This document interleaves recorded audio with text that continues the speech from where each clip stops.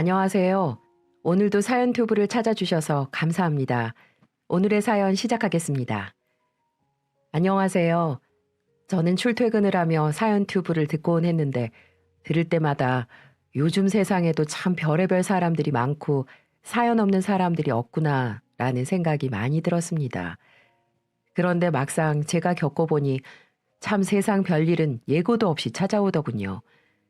저는 평범하게 회사 다니면서 세상 무탈하게만 살 줄 알았는데 이렇게 사연을 쓰고 있는 걸 보면 인생이 참 요지경 속인 것 같습니다. 열 길 물속은 알아도 한 길 사람 속은 모른다는 말을 뼈저리게 겪어보니 머리 검은 짐승 함부로 믿는 게 아니었다며 후회도 참 많이 했어요. 어디서 사기라도 당했나 싶으시죠? 네, 저는 바로 시어머니라 믿으며 보기와 다르게 괜찮은 분이라 믿었던 어머님께 뒤통수 제대로 맞았습니다.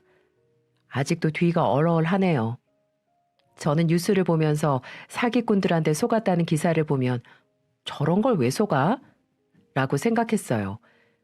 그런데 막상 제가 당하고 보니 사기꾼이 작정하고 덤비면 속수무책으로 당할 수밖에 없다는 걸 알게 됐습니다. 하지만 한 가지 배운 건 사기는 당한 놈 잘못이 아니라 친놈이 잘못이잖아요. 지금은 결혼해서 평범한 가정을 이루고 살고 있지만 이렇게 되기까지 고비가 참 많기도 했습니다. 집안의 반대도 어떻게 그렇게 힘들 수 있었는지 지금부터 낱낱이 들려드릴게요. 저는 이남이녀 막내로 자라서 부모님과 언니 오빠들의 예쁨을 듬뿍 받고 자랐어요. 그러다 보니 전 부족함은 모르고 자랐고 30의 나이가 넘어서도 집에서 늘 막둥이로 불렸습니다. 하지만 3년 전 아버지가 돌아가시면서 생리별의 아픔을 크게 겪었어요. 그때 자동차 회사에서 지금의 남편을 만나게 되었죠. 남편은 정말 성실하고 남들에게 인정받는 그런 직원이었습니다. 매너도 어찌나 좋던지 요즘 세상에 이런 사람이 다 있나 싶을 정도로 매력이 넘치는 사람이었죠.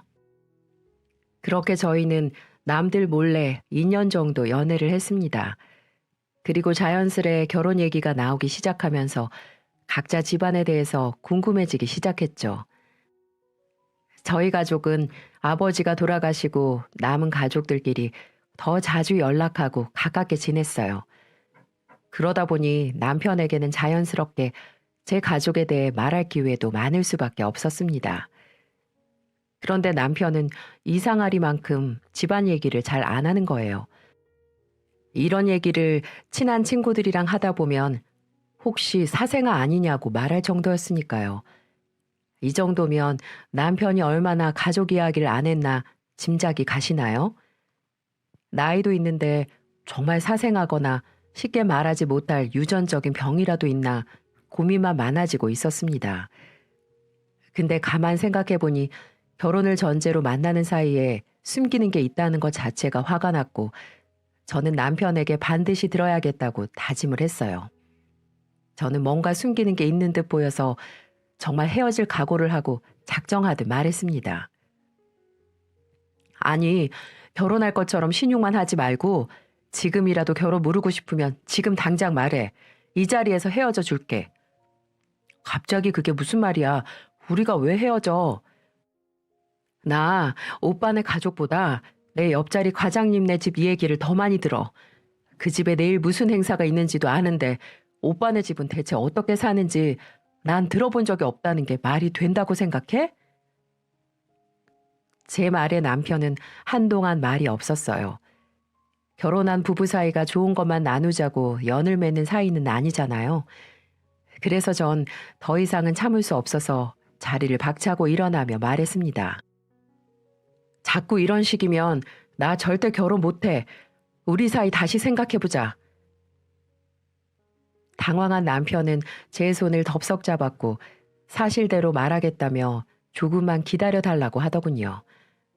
그렇게 한참을 망설이던 남편은 겨우 입을 열었고 자초지종을 듣자 그동안 숨길 수밖에 없던 이유를 힘겹게 말하더군요. 부모님의 이혼부터 예비 시어머니의 사기 전과까지 말이죠. 지금도 그날의 충격을 잊을 수가 없어요. 뉴스로만 듣던 사기범이라니 입이 다물어지지 않았습니다. 그래도 남편은 결심이라도 한 듯 계속 말했어요. 나는 아빠 생사도 몰라. 죽었으면 어디 묻히기라도 했나. 살았으면 어디서 사나.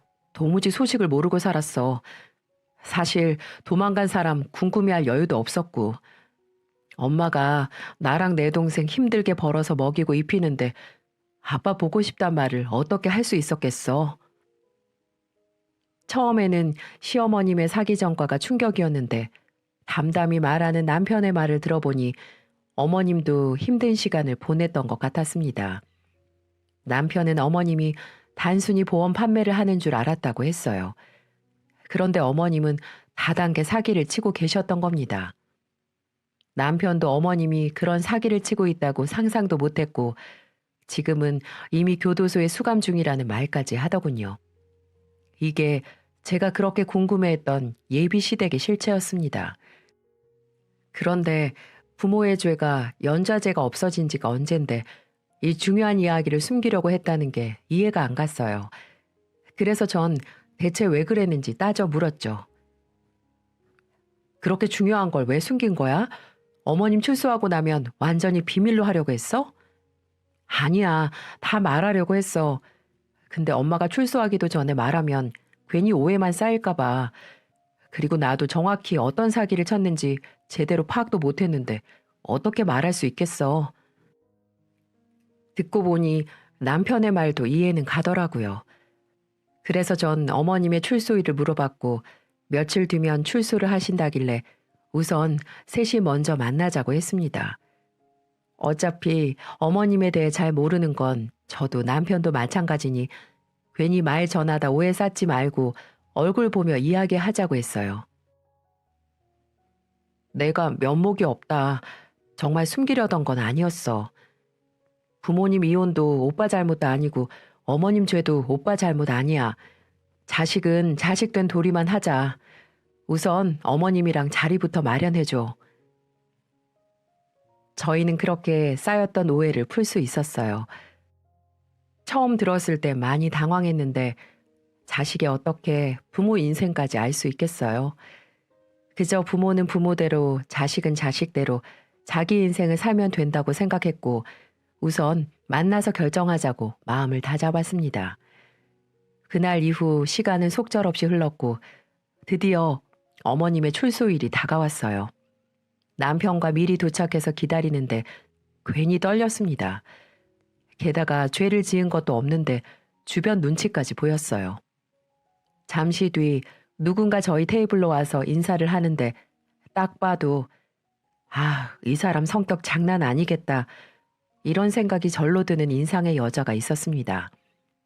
목소리도 얼굴처럼 까랑까랑하게 말하더군요. 이 나이 먹도록 아들 여자친구는 처음 인사하게 되네. 반가워요. 안녕하세요. 저는 김희진이라고 합니다.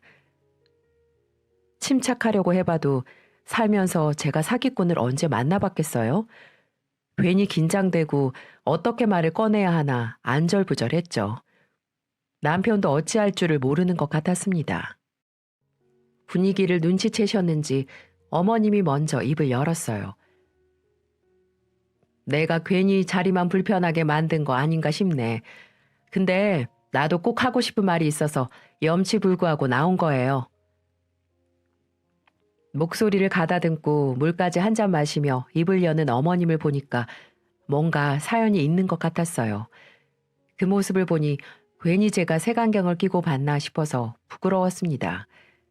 그 순간만큼은 아들 걱정하는 평범한 엄마처럼 보였고 저도 침착하게 말했어요.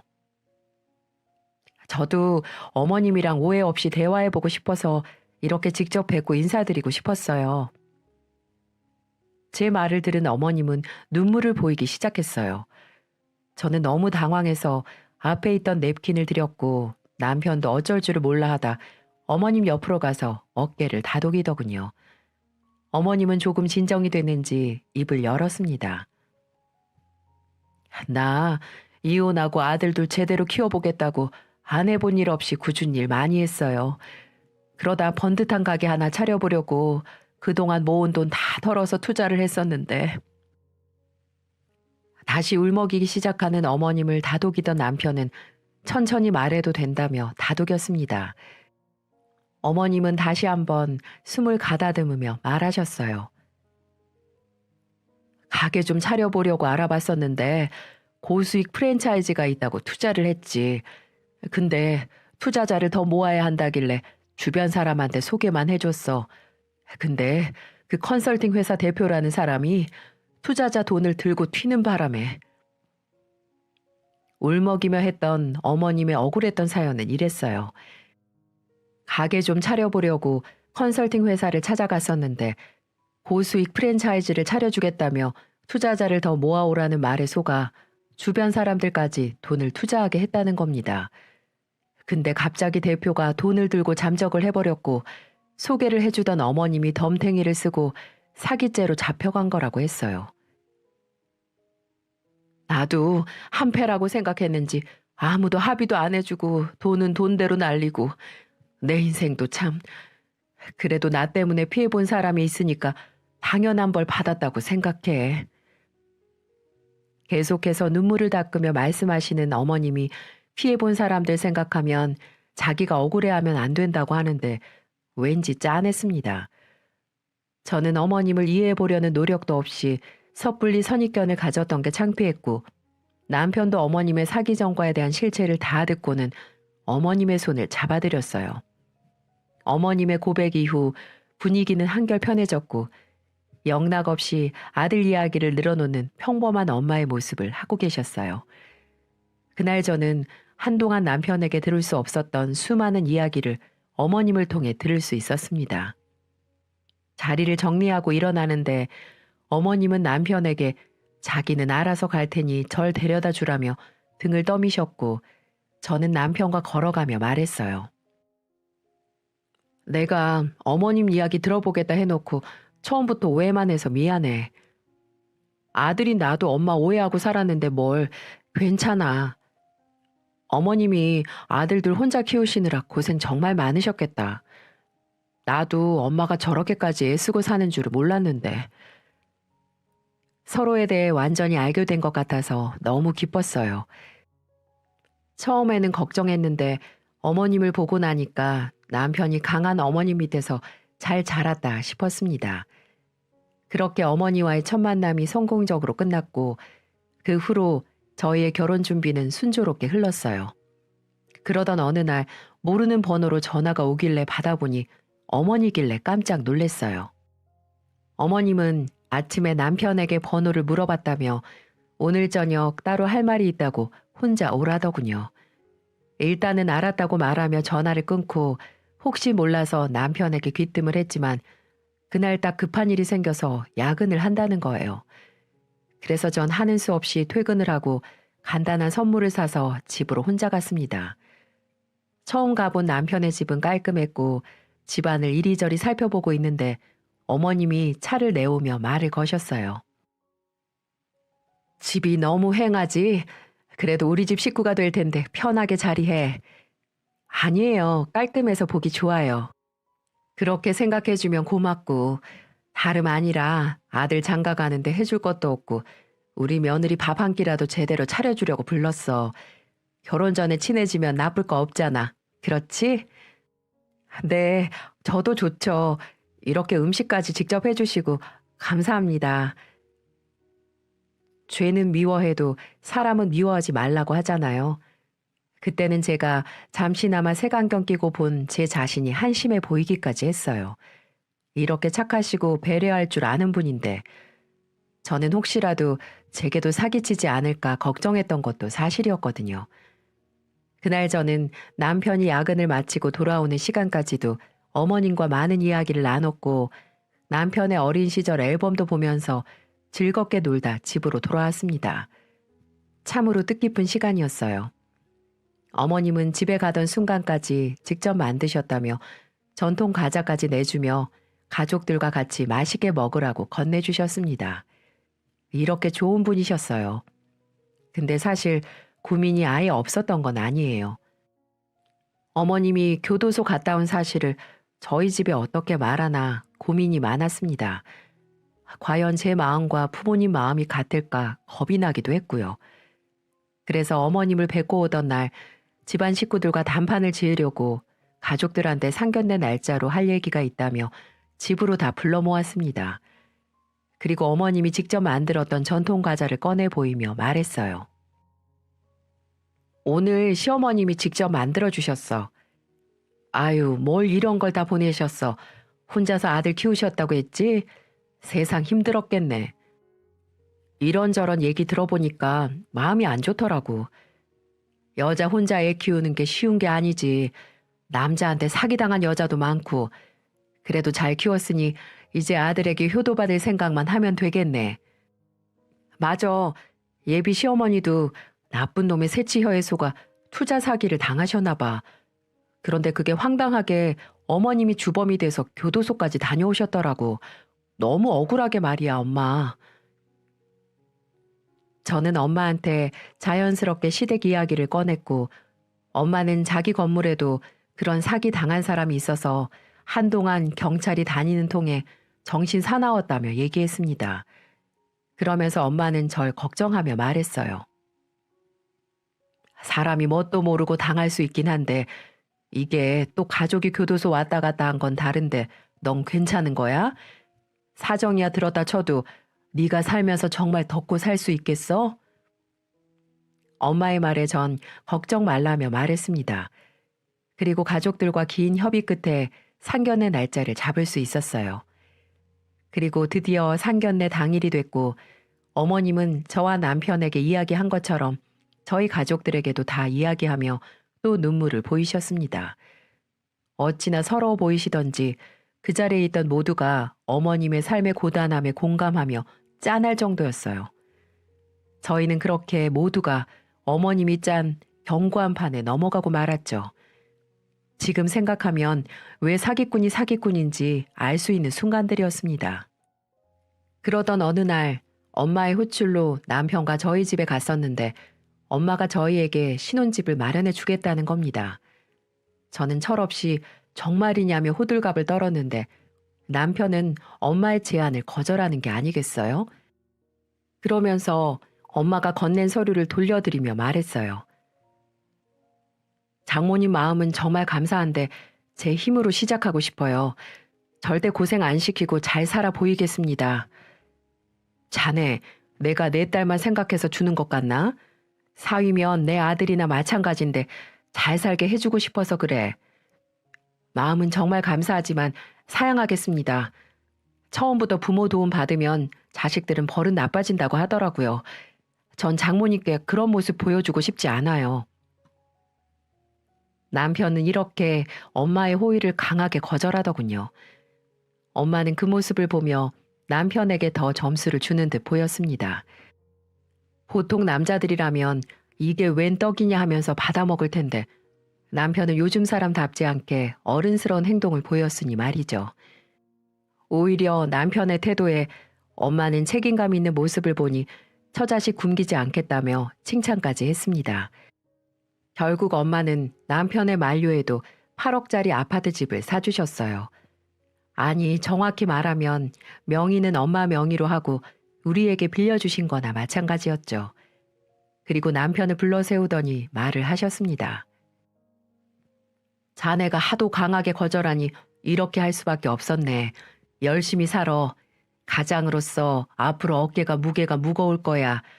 자네가 열심히 살아주고 좋은 모습만 보여준다면 내가 이 집은 자네와 딸 공동 명의로 바꿔주겠네.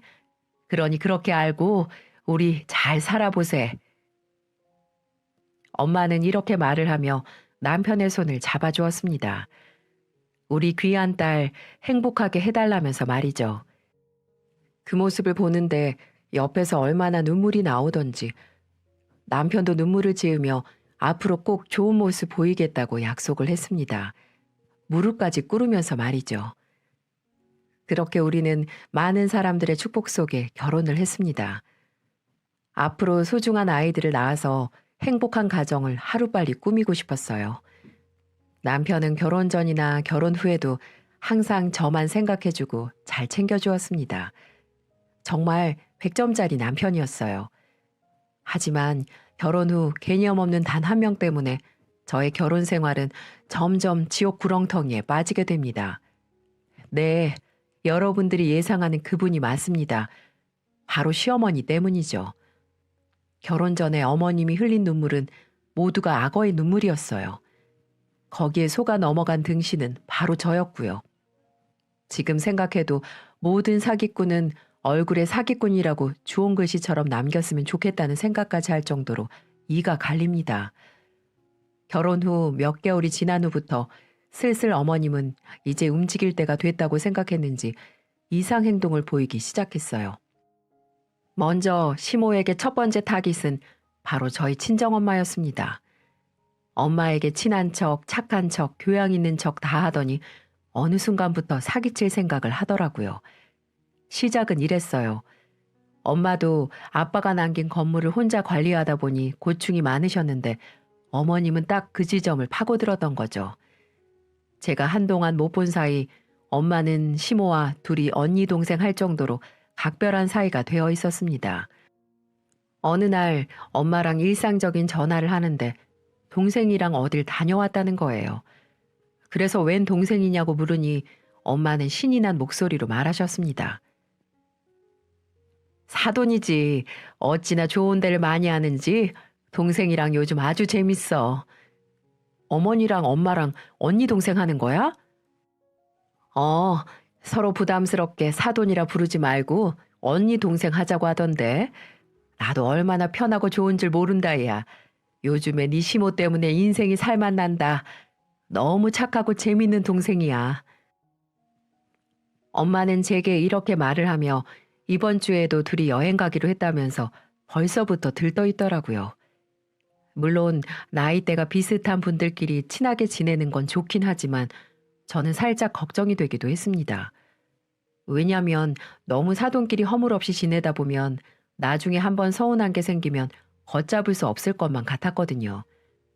저는 이후 몇 번이나 적당한 선을 지키면서 만나라고 했지만 엄마는 제 말은 들은 척도 안 하셨습니다. 그만큼 시모 그 여자는 화려한 말발을 가진 사기꾼이었어요. 무려 1년간이나 엄마와 시모는 언니 동생으로 매일같이 붙어 다녔는데 말 다 했죠 뭐. 그런데 어머님 본색은 이때부터 슬슬 나오기 시작했어요. 그날은 남편과 엄마 집을 갔던 날이었는데 엄마가 안경까지 쓰고 뭘 열심히 적고 있길래 물었습니다. 엄마 뭐해? 갑자기 그 통장은 뭐고? 어디 돈 나갈 데 있어? 아, 사돈이 돈이 아주 급한가 봐. 몇 달만 쓰고 돌려준다길래 좀 도와주려고. 사돈 좋다는 게 뭐니? 이렇게 어려울 때 도와주며 사는 건 당연한 거지. 정말? 갑자기 무슨 일이시지? 어머님이 돈 필요하다는 거 당신 알고 있었어? 아니, 나도 처음 듣는 소린데 왜 나한테 얘기 안 하고 장모님한테 말씀하셨지? 우선 장모님, 제가 해결할 테니까 돈 보내주지 마세요. 아무리 친해도 사돈끼리는 돈 거래하는 거 보기 안 좋아요. 걱정 마시고 제가 해결하겠습니다. 심력 끼쳐드려서 죄송합니다. 알고 보니 시모는 엄마한테 도저히 열심히 사는 아들한테 말을 못하겠다면서 접근을 했던 걸로 보였습니다. 다행히도 남편이 뒤늦게 중간에서 나서줘서 시모에게 돈 보낸 일은 막을 수 있었지만 아무리 힘들어도 사돈한테 돈 부탁했다는 게 이해가 가질 않더라고요. 그래서 전 단단히 엄마를 붙들고 말했습니다. 엄마, 앞으로는 절대 이렇게 호의 베풀 생각하지 마. 엄마가 이러면 우리 남편이 자존심 상해해. 그리고 만약에 빌려줘서 못 받으면 어쩔 건데. 요즘 돈 거래는 가족도 믿지 못하는 세상이라고. 어머니가 못 주겠다고 배째라고 하면 어쩌려고. 그렇게 2천만 원이라는 돈을 빌려주려고 했어? 다시는 이러지 마. 너도 참 야박하다. 설마 니 시애미가 사돈 돈을 사기치려고 했겠니? 아무튼 알았다. 앞으로 이런 일 있으면 너한테 제일 먼저 말하도록 하마. 그럼 됐지? 엄마는 제가 이렇게 말을 해서야 다시는 돈 거래 안 하겠다고 약속을 하셨습니다. 그런데 몇 달 후 저는 또 한 번 경악할 만한 장면을 목격하게 됐습니다. 세상에나 엄마 생일이라 친정집에 갔는데 거기에 시모가 대자로 누워서 과자를 먹으며 TV를 보는 게 아니겠어요? 그것도 한가운데서 떡하니 말이죠. 아무리 친한 언니 동생처럼 지낸다고 해도 사돈집인데 너무하지 않나요? 제가 약간 떨떠름한 얼굴로 시모에게 왜 여기 계시냐고 물었고 어머님은 웃으며 TV를 보다 저를 보고는 다시 악어의 눈물을 흘리며 말했습니다. 왔니? 사실은 내가 얼마 전에 집 전세금 담보로 투자를 했는데 모두 허공으로 날렸다. 어떤 사람들이 나를 가지고 장난친 게 아니었겠니? 우선 경찰서에 신고는 해놨는데 갈 곳이 없어서 이렇게 지내고 있다. 내 모습이 좀 추하지? 어머님의 말에 저는 속이 갑갑해지는 것 같아서 되물었어요. 그럼 여기서 계속 지내시는 거예요? 사돈이 마침 사돈 건물에 투룸이 남았다고 해서 거기 들어가려고. 난 괜찮다고 했는데 언니가 월세만 내고 살아도 된다고 해서 내가 보증금도 없어서 갈 곳이 마땅치 않았는데 얼마나 고마운 줄 모른다. 너희 어머니는 정말 복 받으실 거다. 그래서 내가 앞으로 평생 너희 어머니 지켜주려고. 너무 기가 막혔고 솔직히 상황이 말도 안 되고 이상했지만 뭐 어쩌겠어요. 엄마는 이미 어머님이랑 친자매라도 된 듯 싶었습니다. 그나마 월세라도 내고 살겠다니까 다행이다 생각하자 싶었어요. 그리고 이 사실을 남편도 알아야 할 것 같아서 저는 저녁에 남편에게 말했습니다. 어머님 전세자금 사기당하셔서 우리 엄마 건물 들어오셨더라. 보증금 없고 월세만 내고 사신다던데. 어, 나도 대충 들었는데 우리 엄마 살 집은 내가 빨리 알아볼게. 장모님께는 전화로 죄송하다고 말씀드렸어. 내가 일 있으면 그렇게 날 찾아오라고 신신당부해도 버릇처럼 꼭 장모님을 찾아가시네. 내가 당신하고 어머님께 송구하고 미안해서 정말 할 말이 없다. 왜 저렇게 나이 먹고도 철이 없으신 건지 아휴 너무 답답하기만 하네. 남편은 고개를 숙이며 진심 어린 사과를 했습니다. 자기도 감당이 안 된다면서 말이죠. 어떨 때는 술 먹고 괴로워서 인연을 끊고 싶다고 말하기도 했습니다. 모든 뒷감당을 남편이 해야 되다 보니 지쳐버린 거겠죠. 매달 생활비, 사고 치면 그동안 뒷수습 다 했으니 얼마나 지긋지긋했겠습니까? 이런 남편의 마음을 알기나 한 건지 시모는 갈수록 더 사람을 피말리게 했습니다. 시모는 정말 뻔뻔하게 엄마 건물에 들어와 살기 시작했어요. 살면서 기본적인 도리를 하고 살아야 할 텐데 세상에나 엄마가 보증금도 안 받고 살게 해줬는데 월세도 낼 생각을 안 하더군요. 엄마는 조금 기다려보자고 했지만 슬슬 짜증이 나기 시작하더라고요. 이렇게 엄마 등쳐먹으려고 친한 척했나 그런 생각이 불현듯 들기 시작했습니다. 월세뿐만이 아니었어요. 시모가 엄마 건물에 들어오면서부터 하루가 멀다 하게 경찰들이 들락날락 거리는 겁니다. 왜냐고요? 엄마 건물에 층간소음으로 민원이 들어온다는 친언니 전화에 엄마 건물로 남편과 급히 가봤어요. 그런데 층간소음의 원인은 고주망태가 된 어머님이었습니다. 어머님은 마치 무대라도 생긴 듯 친정엄마가 얻어준 집에 남자를 데려와 술판을 벌이며 시끄럽게 놀기도 했고 남자랑 싸우는지 옆집, 앞집, 밑에 집 잠도 못 자게 할 정도로 고성방가를 하며 물건을 깨부수고 싸우는 통에 경찰들이 왔다 갔다 하기 시작했습니다. 하도 신고가 많이 들어가니 경찰들이 시모 이름을 다 외울 정도였어요. 그리고 어디서 남자를 꼬시는 줄 몰라도 집에 데려오는 남자가 주기적으로 바뀌는데 미쳐 돌아가시는 줄 알았습니다. 남자만 바뀌면 평생 함께할 사람이다. 앞으로 정중히 모셔라. 이렇게 요구하는데 어떤 며느리가 안 미치겠습니까? 무슨 의자왕 말고 의자녀인가요? 그 나이에 남자들을 꼬시는 것도 참 능력이라면 능력일 수도 있겠네요. 아휴, 한 번은 엄마 호출을 받고 시모 방문을 열었더니 저는 뒤로 자빠질 뻔했습니다. 세상에나 남자 3명, 딱 봐도 65살은 훨씬 넘어 보이는 아저씨들과 술을 먹다가 또 싸움이 일어난 거였어요. 너무 시끄러워서 옆집에서 신고를 했나 보더라고요. 엄마는 남사스러워서 저를 시켰던 거고요. 어머님, 지금 여기서 뭐 하는 거예요? 참는 것도 한두 번이지 정말.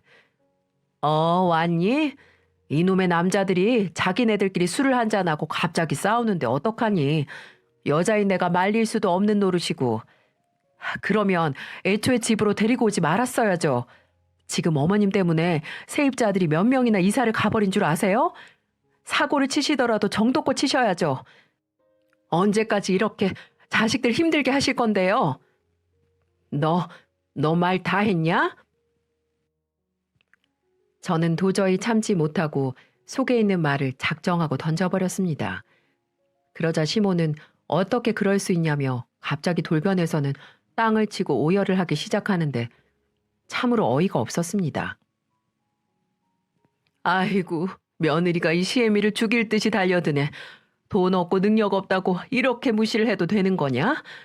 내가 빨리 죽어야지. 이렇게 살 바에는 죽는 게 나아. 이렇게 말을 하며 한순간에 저를 미친 여자 취급하는데 저는 눈 하나 깜빡하지 않았습니다. 어머니 그만하세요. 이제 더 이상 그 눈물에 속지 않아요. 어떻게 우리 친정엄마가 베풀어 주신 호의를 이렇게 이용해 먹을 수가 있으세요? 한 번만 더 신고가 들어오거나 민원이 들어오면 어머니 내보낼 수밖에 없어요. 이러다가 부동산에 제대로 찍히겠다고요. 아시겠어요? 그제서야 시모는 현실을 파악했는지 남자들을 보내고 집 정리를 하기 시작하더군요. 저는 정말로 시모고 뭐고 남편 보고 알아서 하라고 하고는 쫓아내버릴 참이었습니다. 그런데 옆에서 고개만 숙이는 남편이 마음에 걸려 마지막 한 번 기회를 더 드리게 된 거였죠. 그야말로 미꾸라지 한 마리가 물을 흐리고 있던 겁니다. 지금까지 몇 번이나 눈을 감아줬는데 끝이 없다 보니 냉정해질 수밖에 없었어요. 왜 눈 뜨고 코 베인다고 하잖아요. 저랑 엄마가 딱 그 꼴 날 뻔했지 뭡니까? 다행히도 그날 이후 거의 6개월 동안은 사고 한 번, 민원 한 번 없이 조용히 지내셨습니다. 갑자기 착해지시니 또 이상하게 불안하더라고요. 사고 쳐도 불안, 조용해도 불안. 여러분, 이 괴로운 심정 아시나요? 그러다 보니 엄마도 다시 시모랑 사이좋게 지내기 시작하셨어요. 같이 교회도 다니시더라고요. 정말로 저는 교회에 다니시면서 지금껏 살았던 과오를 회개하시며 사는 줄만 알았습니다. 그래서 저도 시모에 대한 불신을 조금 줄이고 가끔 용돈도 드리고 잘해드렸어요. 서로 잘 지내면 나쁠 것 없잖아요. 그런데 갑자기 우리에게 청천벽력 같은 소리를 하시는 겁니다. 바로 저희 엄마가 위암 판정을 받으신 거예요. 요즘은 3명 중에 암이 걸린다고 하지만 평소 엄마는 건강관리도 잘하셨기 때문에 암에 걸리실 거라고는 예상하지 못했습니다. 그렇기에 충격을 받을 수밖에 없었죠. 저는 심장을 부여잡고 병원으로 뛰쳐갔습니다. 그런데 병원을 가보니까 병실에서 초상이라도 난 듯 큰 울음소리가 들리는 게 아니겠어요? 너무 놀라서 글쎄 문을 열었더니 또 한 번 저는 기이한 장면을 보게 됐습니다. 바로 어머님이 바닥에 주저앉아 울고 계시더군요. 그야말로 곡소리 그 자체였습니다. 아유, 우리 언니 불쌍해서 어떡해. 나는 이제 누구 믿고 인생을 살라고 말이야. 정말 과장 하나 안 보태고 땅을 치면서 저렇게 우셨어요. 저게 걱정된다는 사람이 할 소리인가요? 맨정신으로 저러고 우는데 듣기 거북해서 어머님을 본 척 만척하고 엄마에게 갔습니다. 엄마 괜찮아? 왜 위암이야? 그동안 나 모르게 아팠던 거야? 소화가 안 되는 게 나이 탓인가 했는데 우리 딸 많이 놀랐겠다. 우선 엄마 치료에만 전념하자. 다행히 항암 치료만 잘 받으면 완치될 수 있다고 하니까 우리 한번 이겨내보자. 내가 간병인 바로 알아볼게. 엄마 걱정하지 마. 엄마 몸만 생각해. 전 이렇게 엄마를 안아드리며 위로를 해주었습니다. 그런데 제 말이 끝나자마자 어머님이 곡소리를 멈추고 제게 말하더군요. 그러면서 간병인을 뭐하러 구하냐는 거예요. 본인이 하면 된다는 거죠. 그래서 황당한 얼굴로 말했습니다. 어머님, 그 힘든 간병인을 어떻게 하시려고 그러세요? 얘가 세상 이치를 모르네. 언니가 그동안 나한테 베푼 은혜가 있는데 어떻게 눈 감고 넘어갈 수가 있니? 내가 알아서 치료에만 전념할 수 있도록 보살펴 드릴 테니까 이 시애미 한번 믿어봐라. 그리고 요즘 간병인들이 대충대충 하는 사람들이 많아서 요즘 믿을 게 통 못 된다고 하더라. 사돈이면 가족이나 마찬가지인데 내가 최선을 다해서 모실 테니 걱정 말거라. 이 말을 들은 엄마도 시모의 말에 동의를 하시더군요. 간병인보다 사돈이 있어주면 병이 빨리 나을 것만 같다면서 말이죠. 우리가 걱정할까봐 엄마는 그렇게 말을 했던 거였습니다. 저는 한동안 시모에 대한 불신이 남아있어 불안한 마음에 퇴근하면 병원으로 가야만 했습니다. 지금 생각해도 그때 무슨 정신이었는지 모르겠네요. 그런데 생각보다 어머님은 꽤 지극정성이었어요. 2주 동안 참 어머니 옆을 잘 지켜주었습니다. 같이 음악도 듣고 같이 옛날 이야기들을 하며 시간을 보내시는 듯 했습니다. 그래서 믿고 저는 제 일에 집중하고 있었는데 갑자기 간병인을 다시 구하라는 거 있죠? 본인은 우리 엄마를 위해 따로 할 일이 있다면서 말입니다. 그동안 엄마는 건물을 관리하고 있었는데 병원에 입원하면서 믿고 맡길 사람이 없었던 겁니다. 건물 청소도 그동안 웬만하면 엄마가 다 했고 관리도 손수 다 하셨거든요. 건물이라고 해봤자 5층짜리 건물이었어요. 1층은 상가들 내주고 2층부터는 원룸하고 투룸이 있는 건물이었습니다. 하지만 엄마가 입원하시는 바람에 건물 청소, 화장실 청소, 계단 청소 등을 믿고 맡길 사람이 필요한 상황이었어요. 근데 이 상황을 가장 먼저 눈치채고 냄새 맡았던 사람이 누군 줄 아세요? 네, 여러분이 다 예상하셨듯이 시어머님이에요. 시모는 지독하고 양심 없는 인간이었습니다. 엄마가 암으로 입원한 사이 엄마 건물에 살고 있는 14세대 입주자들한테 당분간 본인이 이 건물을 관리한다며 통보를 했다는 거예요. 세입자들은 평소 엄마와 시모가 항상 붙어 다닌 걸 알았기에 별 의심 없이 그런 줄로만 알았던 것 같아요. 너무 하는 행동이 독불장군에다 뻔뻔하니까 정말 환장하겠다 싶었습니다. 하지만 이 모든 게 엄마가 믿고 맡겼다고 하니 제가 뭐라고 할 수가 있겠습니까? 엄마는 이제 시모는 교회도 다니고 착실하다면서 우선 믿어보자고 하더군요. 저는 의심의 눈초리가 들어 한동안 몰래 지켜봤는데 생각보다 너무 열심히 하긴 하더라고요. 건물 청소도 열심히 하고 문에 붙여져 있는 전단지 같은 것도 일일이 손수 떼어가면서 정말 작업 반장이라도 된 듯 굳은 일도 다 하고 계셨습니다. 엄마도 예상치 못한 시어머니의 성실함에 한 가지 제안을 했습니다.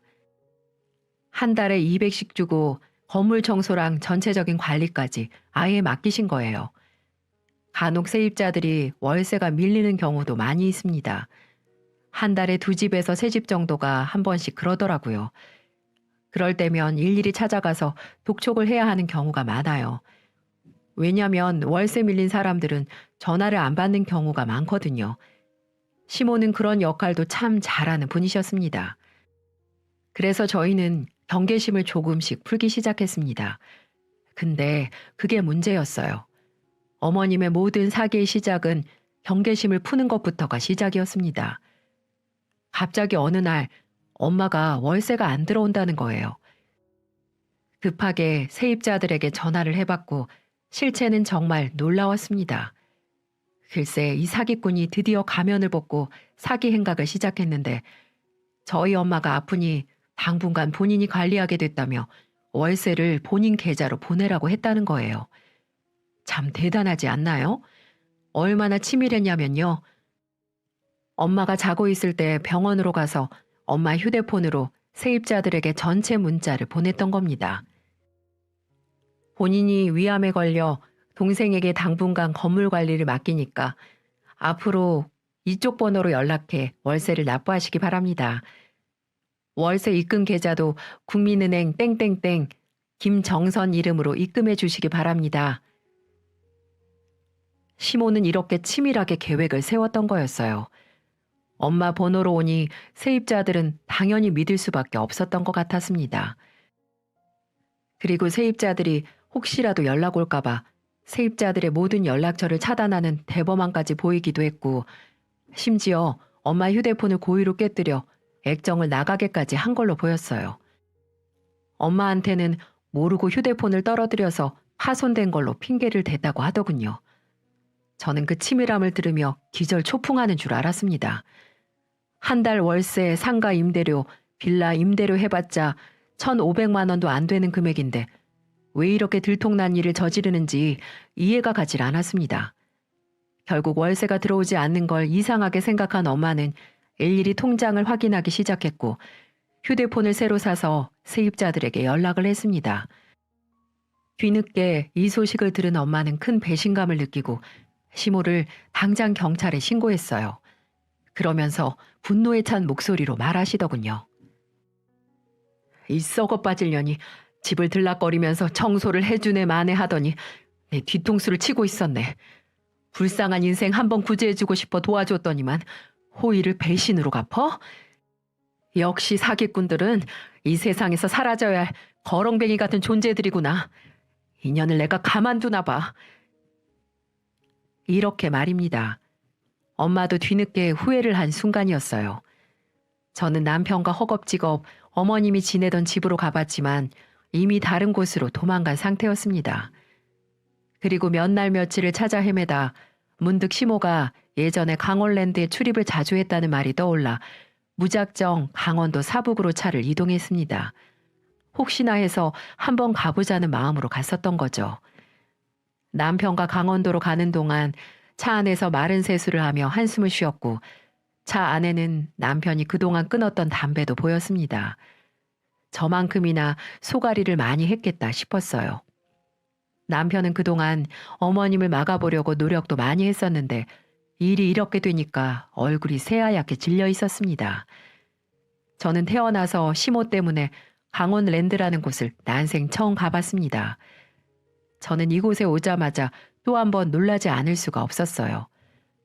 막연하게 이렇게 노름하는 곳도 남자들만 하는 곳이라고 생각했는데 정말 거짓말 안 하고 50대 여자분들이 굉장히 많았습니다. 더 신기한 건 젊은 사람들은 거의 안 보이고 거의 대부분 50살이 넘는 아줌마 할머니들이 참 많았어요. 남자분들도 나이 드신 분들이 많았고요. 그래서 생각했습니다. 분명 이곳 어딘가에 있을 수가 있겠다라는 생각이 들더라고요. 그래서 그 넓은 카지노를 남편과 함께 쥐새끼 찾는 듯 마냥 찾기 시작했어요. 그렇게 한 20분 정도가 지났을까요? 저 멀리서 시모로 여겨지는 여자가 도박을 하고 있는 모습이 포착됐습니다. 곧바로 저는 달려갔어요. 그리고 남편은 울분을 토하며 시모 뒷목을 낚아채서 바닥에 던져버리더군요. 설마 했는데 장모 돈을 사기쳐 그 돈으로 카지노에서 노름을 하고 있으니 아들 입장에서 열이 받을 만한 상황이었죠. 어머, 너 왜 그러냐? 너 지금 엄마한테 무슨 짓이야? 싸가지 없게.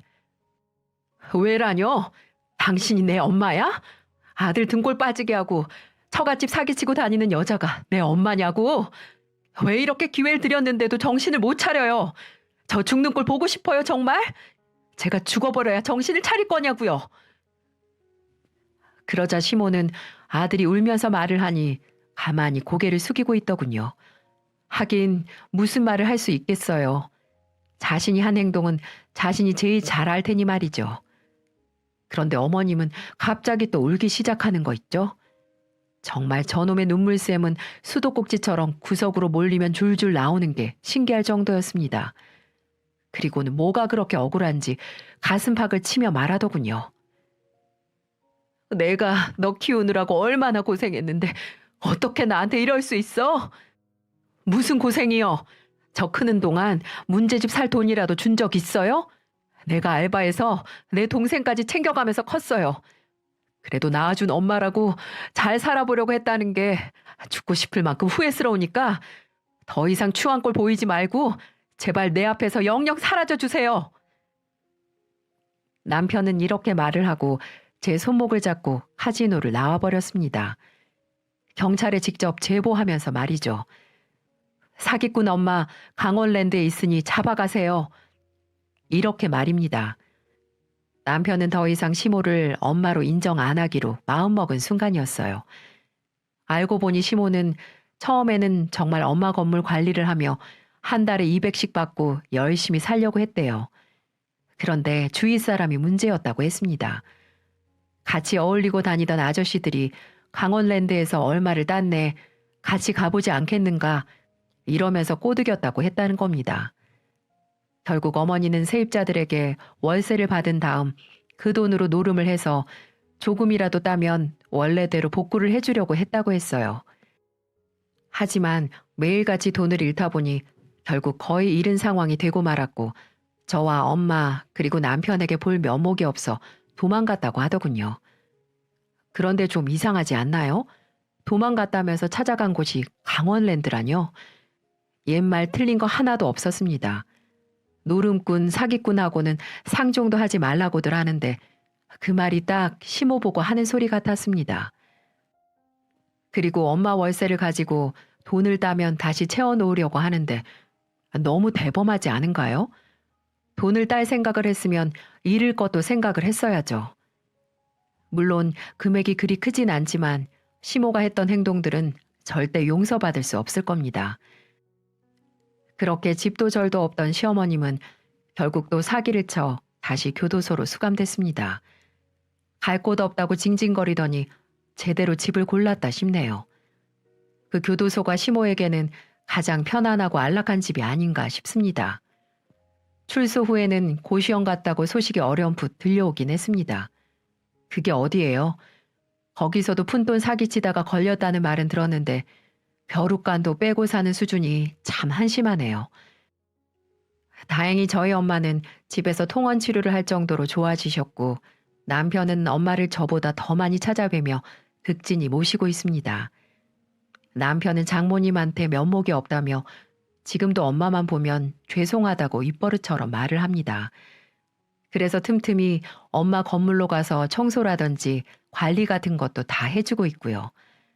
평생 엄마의 노예로 살겠다고 하는 남편이 한편으론 안타깝고 불쌍하다는 생각이 드네요. 얼마나 시모 때문에 마음고생이 심했을까요? 엄마는 그런 남편의 모습을 보며 항상 기죽지 말고 힘내라고 응원을 해준답니다. 세상에 부모라고 다 같은 부모겠어요? 어머님은 처음부터 아들들을 자식보다는 수단이라고 생각했던 것 같습니다. 요즘 부모 재산으로 자식부터 손주까지 키워낸다는 말이 있다는데 남편을 보면 그런 말도 다 틀리네요. 혼자 너무 힘들게 산 세월이 있어서 풍족하진 못해도 삶에 대한 가치관을 혼자서 바로잡으며 살아낸 걸 보면 대단하다는 생각도 들고 돈만으로 자식을 키울 수 있는 건 아니구나 이런 생각도 드네요. 어머님이 어떻게 살아도 엇나가지 않고 동생까지 챙기며 성장한 남자라면 앞으로도 믿고 살기에는 부족함이 없지 않나 보이시지 않나요? 저는 요즘 남편과 아이 계획을 세우며 행복한 날들을 보내고 있습니다. 어머님과는 완전히 차단된 채 사니까 의심과 걱정 없는 날들만 계속되고 있어요.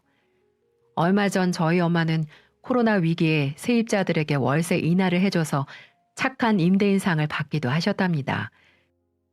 만약 지금 옆에서 정신적으로 분란만 주는 관계가 있다면 꼭 진지하게 생각해 보세요. 과연 좋은 관계인가, 도움이 되는 관계인가 하고 말이죠. 모두들 저희 엄마처럼 믿는 도끼에 발등 찍히지 마시고 행복하고 즐거운 날들 보내시길 바랍니다. 지금까지 함께해 주셔서 감사합니다.